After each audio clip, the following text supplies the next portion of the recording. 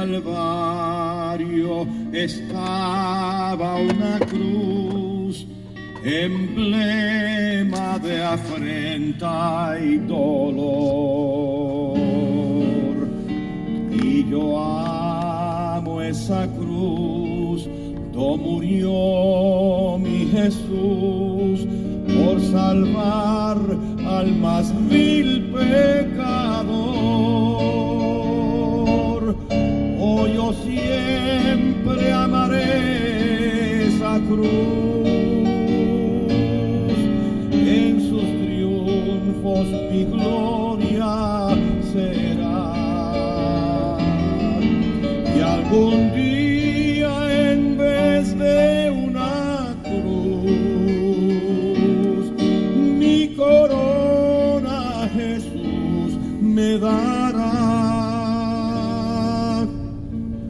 Yo seré siempre fiel a la cruz de Jesús, sus desprecios con él llevaré. Y algún día feliz con los santos en luz, para siempre su gloria veré. Oh, yo siempre amaré esa cruz, en sus triunfos mi gloria será. Y algún día en vez de una cruz, mi corona Jesús me dará.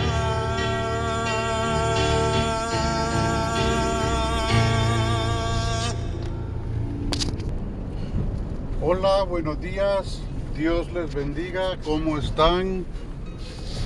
Es un gran gozo y una gran satisfacción comunicarnos nuevamente en un día tan glorioso como el día de hoy. El Señor es bueno, amén. Qué bendición poder estar un nuevo día, un nuevo amanecer. Espero, deseo de todo corazón que cada uno de los que nos escuchan en esta mañana pues estén contentos, estén bien. Y vamos a darle honra y gloria a nuestro Señor. El Señor en el monte Calvario, en esa cruz, donde Él derramó su amor por la humanidad. ¿Y quién no ha sentido el amor de Dios? Dígame usted. Si usted está respirando, usted puede sentir a través del aire que respiramos el amor de Dios. Si usted está mirando, créame que ahí está la presencia del Señor. Y es en su presencia cuando podemos experimentar el amor de Cristo. Es en su presencia cuando podemos meditar en su palabra y podemos hablar de lo que nos rodea, del aire que nos da vida. Y ese soplo de vida es el que experimentamos a través de la salvación. ¡Qué bendición! Bueno, les voy a hablar un poquito acerca de cómo fue el momento clave de mi salvación. El momento clave de mi salvación, estaba pasando tiempos difíciles en mi vida. Yo estaba realmente viviendo una vida, bueno, no desordenada, de decir que estábamos haciendo tal vez cosas que, pues, lo que a toda persona le parece que es normal. ¿Qué quiero decir con esto?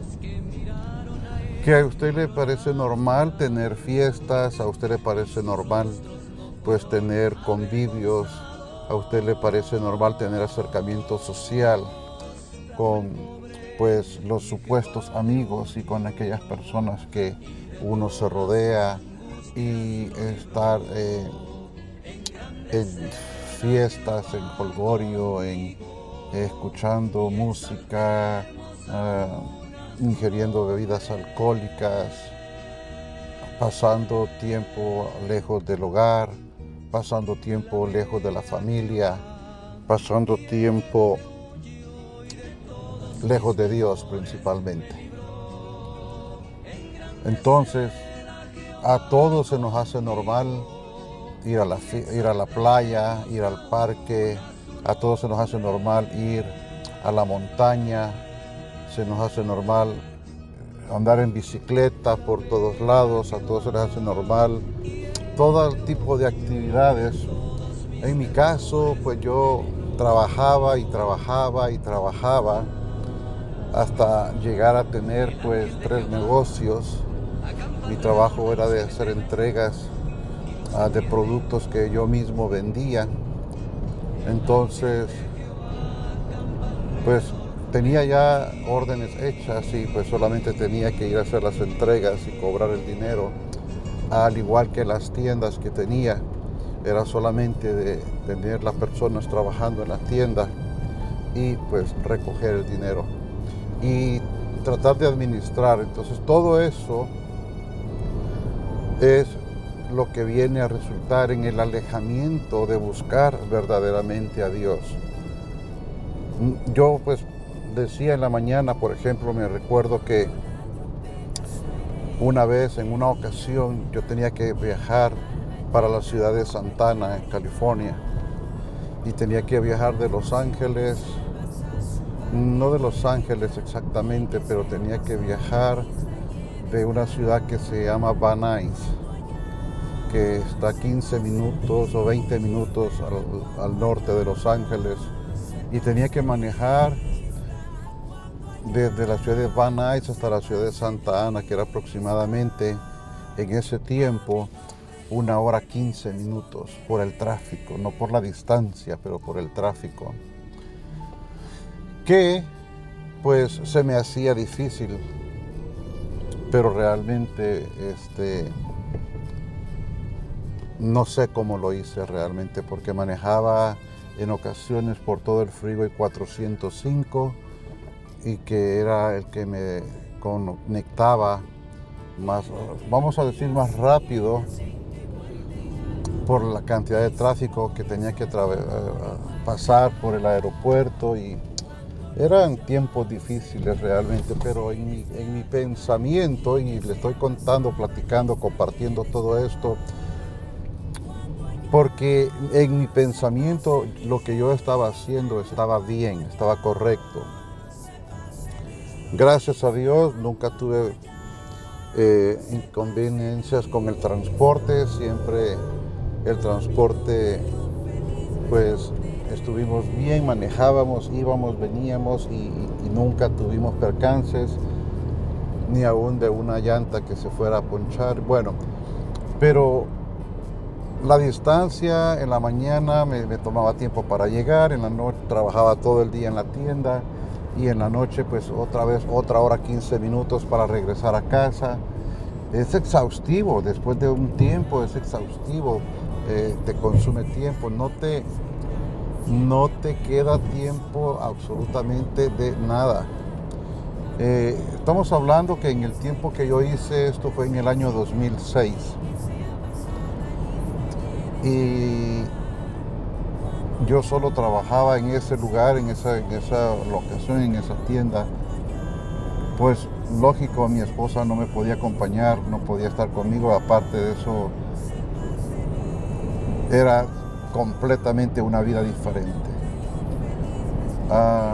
Bueno, llegó el tiempo en que tuve que vender ese local. Gracias a Dios lo pude vender bien, ya que era cuando comenzaba el mercado de bienes raíces a prosperar, ya que el mercado de bienes raíces prosperó desde los años 2005, 2006, 2007 y 2008, al principio del 2008. Entonces sí fue un tiempo difícil. En el año 2006 vendí ese último negocio y me quedé solamente con uno. Los otros que ya tenía también los había vendido, y ahora estaba entrando a querer hacer negocios con bienes y raíces. O sea, dicho de otra forma, comprar casas y venderlas, tenerla y luego venderla. Y todos mis ahorros los empecé a colocar en la propiedad que habíamos adquirido. Adquirimos una casa en la ciudad de Palmdale, California, y era una casa modesta, no era una casa de lujo. Cuando la estábamos buscando, yo le dije a mi esposa, mira, no es la casa donde vamos a vivir. Le digo, no nos tiene que gustar la casa, porque solamente la vamos a tomar como un escalón, pues va a ser como para hacer negocios. Entonces no podemos hacer, le digo yo, otra cosa más que buscar una casa que nos pueda, le digo yo, catapultar, que nos pueda llevar, que nos pueda hacer lo que el Señor quiere que nosotros hagamos. No vamos a andar haciendo otra cosa más que buscar lo que el Señor quiere para nosotros. Eso es lo que vamos a hacer. Buscar lo que el Señor quiere para nosotros. ¿Y a dónde lo vamos a hacer? Le digo, a través de la propiedad, a través de la casa que podamos comprar. Es de esa manera como lo vamos a hacer. No hay otra manera de hacerlo. Y como no hay otra manera de hacerlo, esa era mi mentalidad.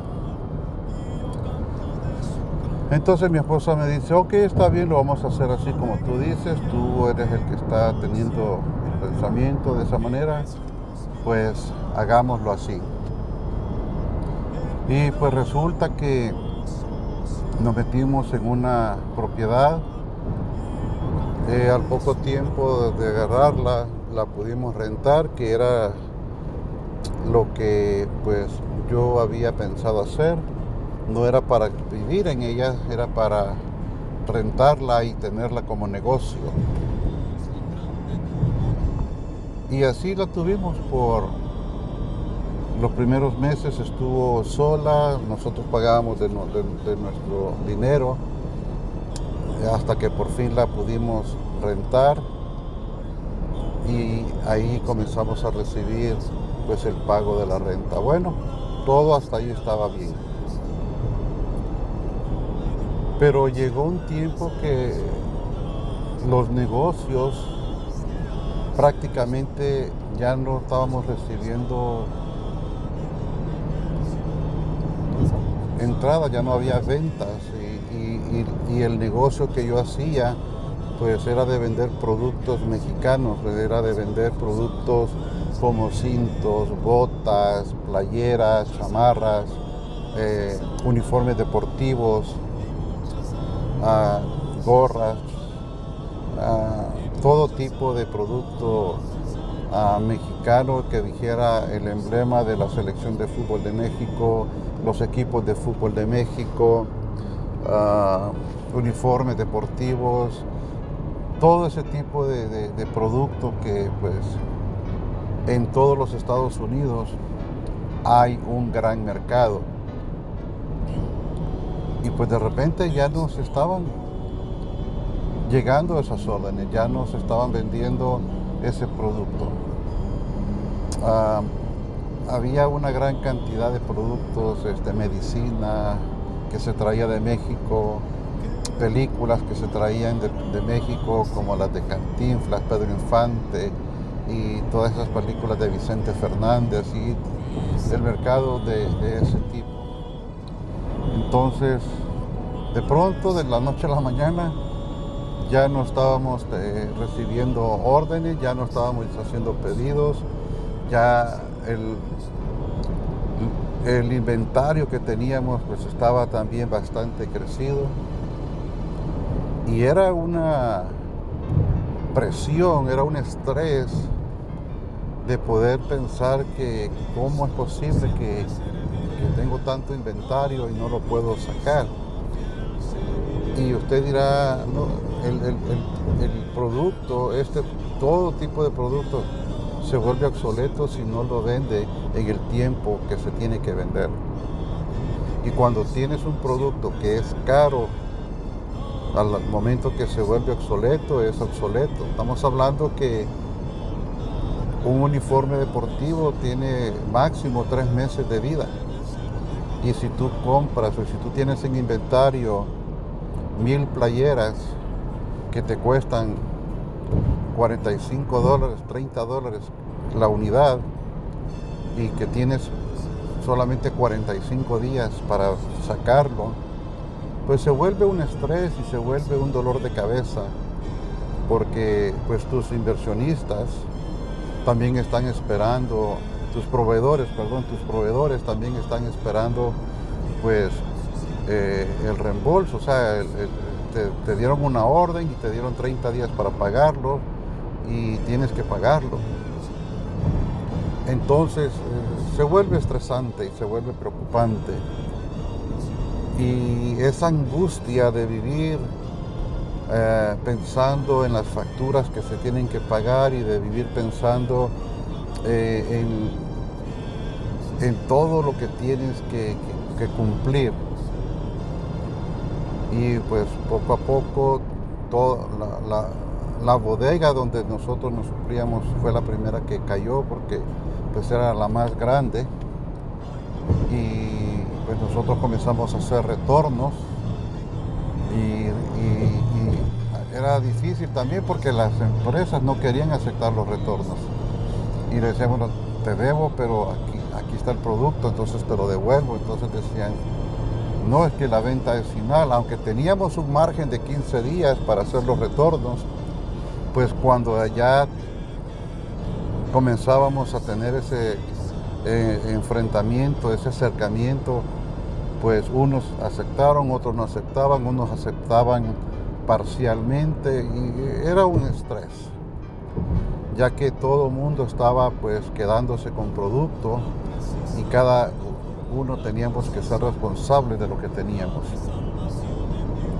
Y cuando llegaba el fin de mes, que teníamos que hacer los pagos de casa, pagos de utilidades, pago de la renta del local donde teníamos el negocio y donde vives, en la casa que teníamos rentada, el mortgage, la hipoteca, también el local. O sea, estamos hablando de una serie de gastos que pues no es una vuelta al parque. Estamos hablando de que es estresante y que tal vez tienes tú un presupuesto que llenar y vamos a decir un número, $6,000 al mes, $7,000 al mes. Pero de esos $7,000 al mes, solamente estás teniendo 3,000 de entrada, estás teniendo un déficit, estás teniendo una pérdida de $4,000 mensuales. Y eso solamente por hacer una comparación. No es de que eso fuera el número realmente, pero estamos hablando de que estábamos recibiendo menos del 50% de lo que se necesitaba. Y bueno, era estresante. Entonces, claro, yo lo estoy hablando ahora y lo estoy diciendo de una forma tranquila, de una forma relajada, porque es como mirar una película que ya viviste o volver a ver una película, ya no es lo mismo, pero ya la presión que tenía yo en ese tiempo, en ese momento, pues ya no la siento el día de hoy, pero la comparto y la expongo para que aquellas personas que tal vez estén viviendo el día de hoy una presión o estén viviendo un tiempo difícil en su vida, vamos a ponerlo de índole económico, pero puede ser de social, puede ser de índole familiar, de salud y muchos otros más.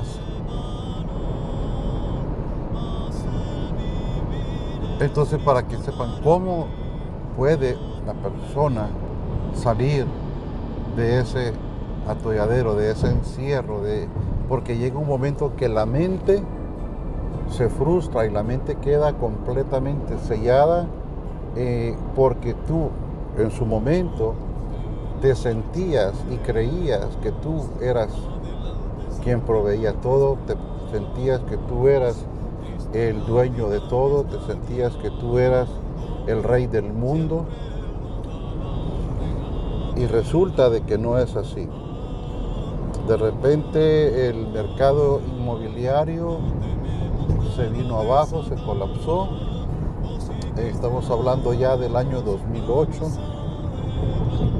y ya no teníamos entrada por los negocios y ya no teníamos entrada por la renta de la casa.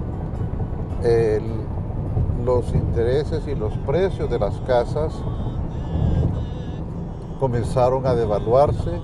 Una casa que nosotros habíamos comprado, que la habíamos adquirido en $290,000, se había devaluado hasta $90,000. O sea que teníamos una pérdida solamente en la hipoteca de la casa de $200,000. ¿Y quién quiere cargar una losa tan pesada? ¿Quién quiere cargar eso? Una deuda. Así que dices tú, ¿cómo voy a estar haciendo un pago de una casa, de una hipoteca que tiene un valor de $290,000 cuando el mercado actual, el precio se ha devaluado a $90,000? Entonces, hablando con la persona que me ayudó en el préstamo del banco, me dice, es lo mejor que puedes hacer, venderla de esa manera,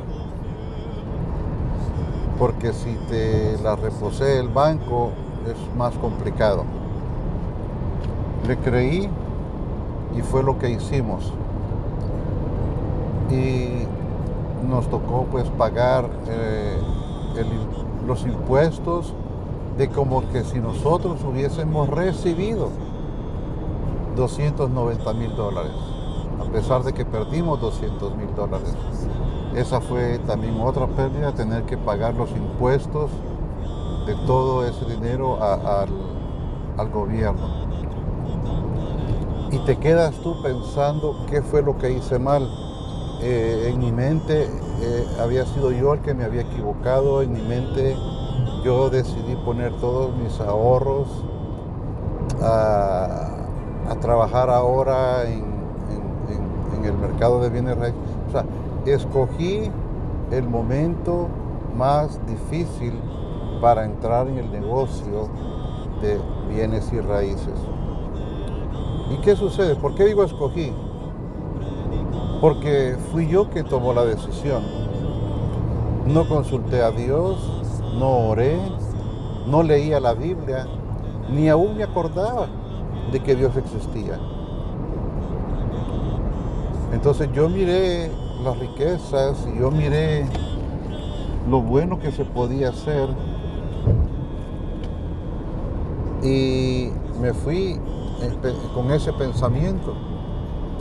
Me fui con esa idea de decir, ahora sí voy a salir de pobre y ahora sí voy a tener riquezas. ¿Por qué? Porque no me conformaba con lo que ya tenía, quería tener aún más.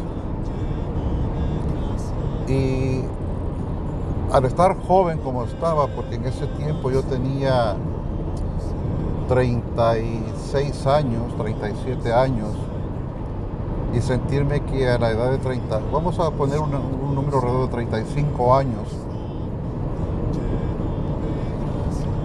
ya tú tienes propiedad, ya tienes casa, tienes ahorro, tienes una cuenta bancaria con $100,000, tienes 3 negocios y tienes trabajando personas contigo y tienes a tu esposa trabajando en otro negocio. Créeme que te sientes como que eres invencible y que todo lo que tú haces es bueno. Y que todo lo que tú haces es lo que quieres hacer. Y no es así, déjeme decirle de que no es así. No es como nosotros pensamos. El dinero y las riquezas no lo son todo. El dinero y las riquezas se van como el agua entre las manos. Y es ahí donde cada uno de nosotros nos podemos equivocar. Yo me equivoqué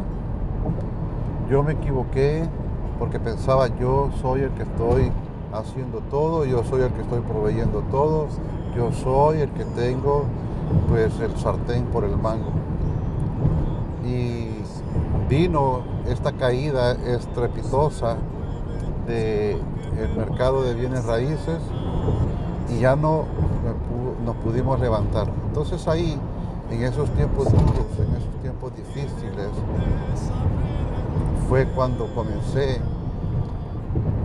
a tener problemas de actitud con mi esposa, a tratarla mal, a hablarle mal, a gritarle, a buscar en algo, en alguien, en quien desahogar mi ira, mi enojo. Y pues lógico, también ella miraba y estaba viviendo lo mismo, pero yo buscaba ayuda y no la encontraba, aunque sabía, aunque me imaginaba, porque no es que supiera, pero me imaginaba. Cada vez que yo miraba la Biblia que mi mamá leía, yo decía, esa es la Biblia de mamá. Pero cuando yo la leía y me enfrentaba a mi pecado, pues me daba miedo y la cerraba. Entonces yo quería que alguien más leyera la Biblia por mí. Yo quería que mi esposa leyera la Biblia por mí. Y déjeme decirle, radio escucha, usted que nos está escuchando en este día, que no es así. No se trata de que alguien más lea la Biblia por ti, no se trata de que alguien más te diga lo que tienes que hacer. Dios nos dice exactamente a cada uno de nosotros lo que cada uno de nosotros debe hacer. Porque yo le decía a mi esposa, en vez de pelear conmigo, ponte a leer la Biblia, pero aunque ella lo hizo, no fue hasta que yo decidí abrir la Biblia y leer la Biblia y orarle al Señor y que me diera entendimiento y que me diera lo que yo necesitaba para poder entender. Fue hasta que yo abrí mi corazón que pude llegar al entendimiento de que se necesita leer la Biblia con el corazón.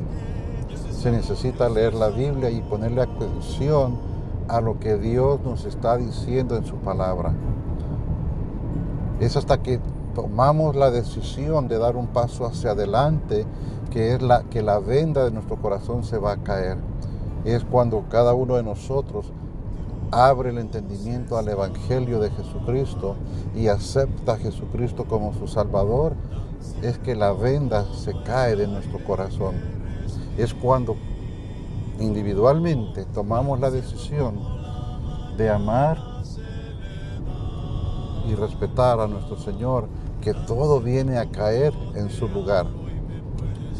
Cuando ya comencé a leer la Biblia, me recuerdo que dije, voy a leer la Biblia desde el principio, voy a comenzar en Génesis, y fui avanzando en Génesis, y fui avanzando en Éxodo, y fui avanzando en Deuteronomio, en Números, en Levíticos, en Josué, en Jueces, Jueces, Ruth, Esther, Nehemías, Esdras, Salmos, Job, y fui avanzando y me fui metiendo y me fui penetrando, y cada vez que encontraba algo que me gustaba, comencé a leer de esta manera. Como yo sé que hay muchas cosas que no me gustan de la Biblia, cuando encuentre cosas que no me gustan, dije simplemente las voy a leer y me voy a ir de pasada. Y me fui enfocando en las cosas que, entre comillas, decía yo, sí me gustan. Por ejemplo, cuando conocí la historia de David, de cómo Dios escogió a David Me gustó, por ejemplo, cuando el Señor escogió a Noé para que construyera el arca. Me gustó cuando el Señor eligió a Saúl como rey. Me gustó todas esas profetas, cómo el Señor los usó y cómo les decía que fueran y hablaran al pueblo. Me gustó cómo Esdras decidió en su corazón inquirir la ley de Jehová. Y las palabras que no conocía, las comencé a estudiar, y las palabras que no entendía, las comencé a estudiar, y qué significan estas palabras, y qué significa esto. Y es una forma para dinámicamente poder ir avanzando en la lectura de la Biblia. Y el Señor fue bueno conmigo, amén. El Señor fue bueno conmigo y la iba leyendo, y iba avanzando, y iba estudiando la Biblia, todo en mi propio tiempo, todo en mi propio espacio. No tenía un maestro de estudio bíblica, no tenía una persona que me dijera, un pastor, porque aún yo no me estaba congregando en una iglesia. Sí escuchaba mensajes por aquí, escuchaba mensajes por allá. Estuve estudiando la Biblia con un señor de origen griego, griego, sí, era griego. Él nos daba estudio bíblico, y pues él hablaba el griego original de la Biblia y nos explicaba. Pero resulta que este señor, este pastor de origen griego, pues también hablaba en lenguas. Y es un tema que es bien delicado cuando tú no conoces la Biblia. Entonces, pero yo simplemente, aunque no lo rechazaba, pero simplemente, no lo aceptaba, pero no lo rechazaba. Simplemente, pues dije yo, no sé qué significa esto, voy a seguir estudiando la Biblia, porque mi enfoque era estudiar la Biblia. Y él se dio cuenta de que pues siempre que él estaba haciendo eso, y que incluso en varias ocasiones sacó espíritus, y estaba haciendo pues todo un drama enfrente, y llamaba a una persona y llamaba a otra. Entonces dije yo, no, esto no es para mí. Me gustaban los estudios bíblicos porque era un hombre griego que sí conocía la Biblia, pero yo estaba pues prácticamente escéptico, estaba escéptico, no creía en nada de eso, pero no me detenía de seguir estudiando la Biblia, no me detenía de seguir aprendiendo de la palabra de Dios. Pero fue hasta que llegué en mi lectura bíblica al al libro de Santiago, capítulo 1, verso 2. Cuando yo llegué y conocí Santiago, capítulo 1, verso 2, es por eso de que yo lo menciono bastante. Porque Santiago, capítulo 1, verso 2, se convirtió en la luz prácticamente que me abrió el entendimiento a que los tiempos duros es mejor estar en la presencia del Señor. Cuando dice que estemos alegrados y gozados cuando os halléis en diversas pruebas, y la prueba que cada uno de nosotros va a pasar y va a vivir será diferente. Pero yo, cuando descubrí ese versículo, descubrí como que el cielo se me abría, como ya había entendido que el Evangelio era por gracia, y ya había entendido que el Evangelio era para todo aquel que cree. Ya había entendido que cuando el Señor le dijo a Pedro en Hechos capítulo 10, que lo que el Señor ha limpiado no lo llames tú inmundo. Y cuando el Señor me limpió de mis pecados, porque todo es por gracia, nadie lo puede llamar inmundo. Entonces, cuando llegué en mi lectura bíblica, ya había pasado por las cartas paulinas, ya había pasado por el libro de Hechos, y cuando llego a la carta de Santiago, me recibe con ese versículo 2 que dice: alegraos y gozaos cuando halléis en diversas pruebas. Créame que en ese preciso momento lo recuerdo y lo sigo viviendo como si fuese sido esta mañana. Me llenó el corazón de gozos, las lágrimas empezaron a brotar sobre mi rostro, y lloraba como un bebé, lloraba como un niño, de solamente haber leído: alegraos y gozaos cuando os halléis en diversas pruebas.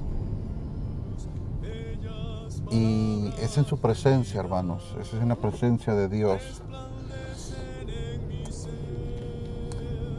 Yo solamente dije: gracias, mi Señor, por la gracia que tú tienes conmigo.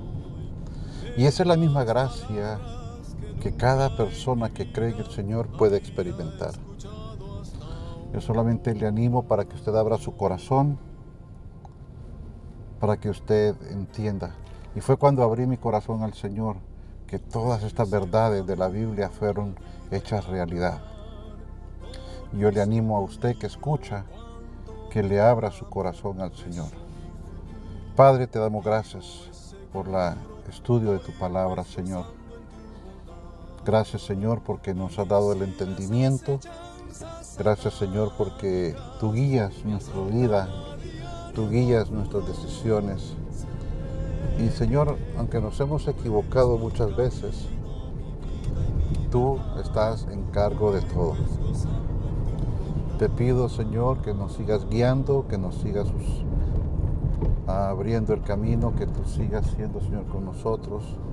Y te pido por todas las personas que nos escuchan, así sean poquitas, así sean muchas, Señor, pero que Señor, el que no te conoce como tu Salvador, que el día de hoy te pueda reconocer. Pedimos y oramos por la salvación de los que no te conocen, y que la venda, Señor, se caiga de su corazón, y que puedan abrir, Señor, su corazón al Evangelio de Jesucristo, y que todas sus penas, Señor, y que todo su dolor, Señor, y que toda amargura, Señor,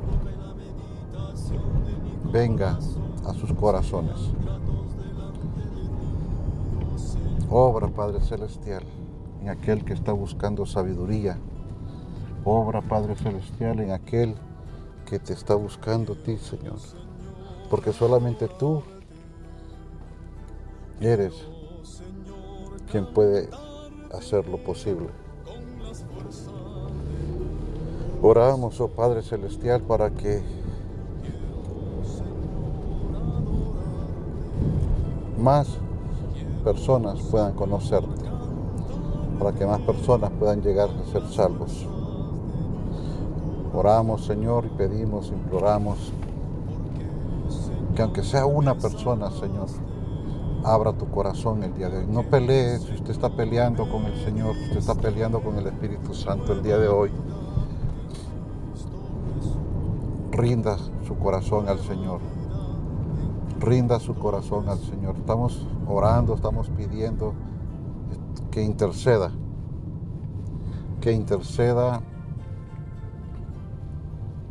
el Espíritu Santo, y que el Espíritu Santo le guíe, y que el Espíritu Santo le dé lo que usted necesita. No pelee más con el Espíritu Santo, y abra su corazón al Señor. Abra su corazón al Señor, amén. Abra su corazón y dígale: Señor, en este día yo me arrepiento de mis pecados. Señor, en este día yo me arrepiento de mis pecados. Señor, en este día yo me arrepiento de mis pecados. Señor, en este día yo te acepto como mi único y suficiente Salvador. Señor, en este día yo te acepto como mi único y suficiente Salvador. Entra en mi corazón, séllalo con el Espíritu Santo. Entra en mi corazón, séllalo con el Espíritu Santo. Padre Celestial, te doy gracias. Padre Celestial, te doy gracias por pagar en la cruz por mis pecados. Y te pido que el día que yo muera, tú me lleves a la gloria contigo. En el nombre precioso de Jesucristo oramos. Amén.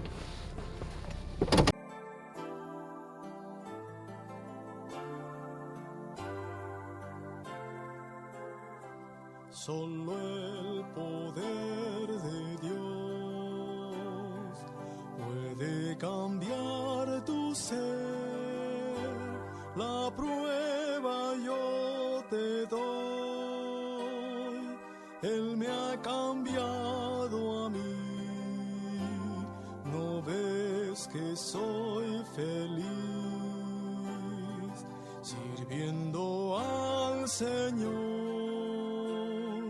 Nueva criatura soy, nueva soy.